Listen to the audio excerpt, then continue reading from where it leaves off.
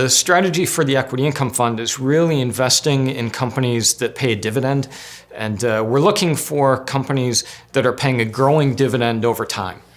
And we judge that by what the compound growth rate is over the last 5 years. So with regard to dividends, the one research report that I like to refer back to is the Standard & Poor's research paper looking at dividends and what percentage they made up of total returns for investors.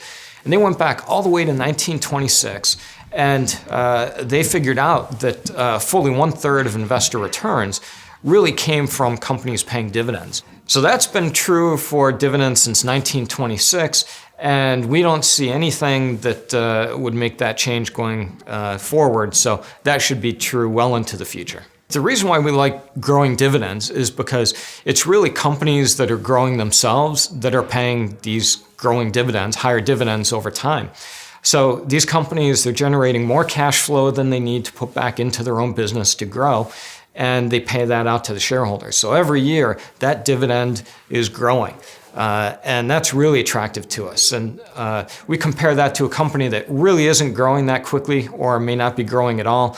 And they may be paying a higher dividend, but that dividend isn't growing. So over time, investors will be better off, we think, with companies that are growing and paying that dividend that grows as well.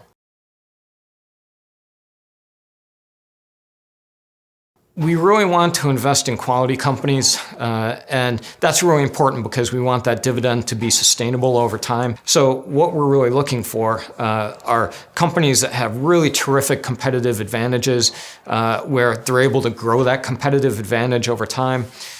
We want these companies to be really financially secure so that maybe they have a war chest of cash on their balance sheet. We don't like companies that have too much debt. And we always like to say, if you don't owe anybody any money, you can't go broke. So that's important.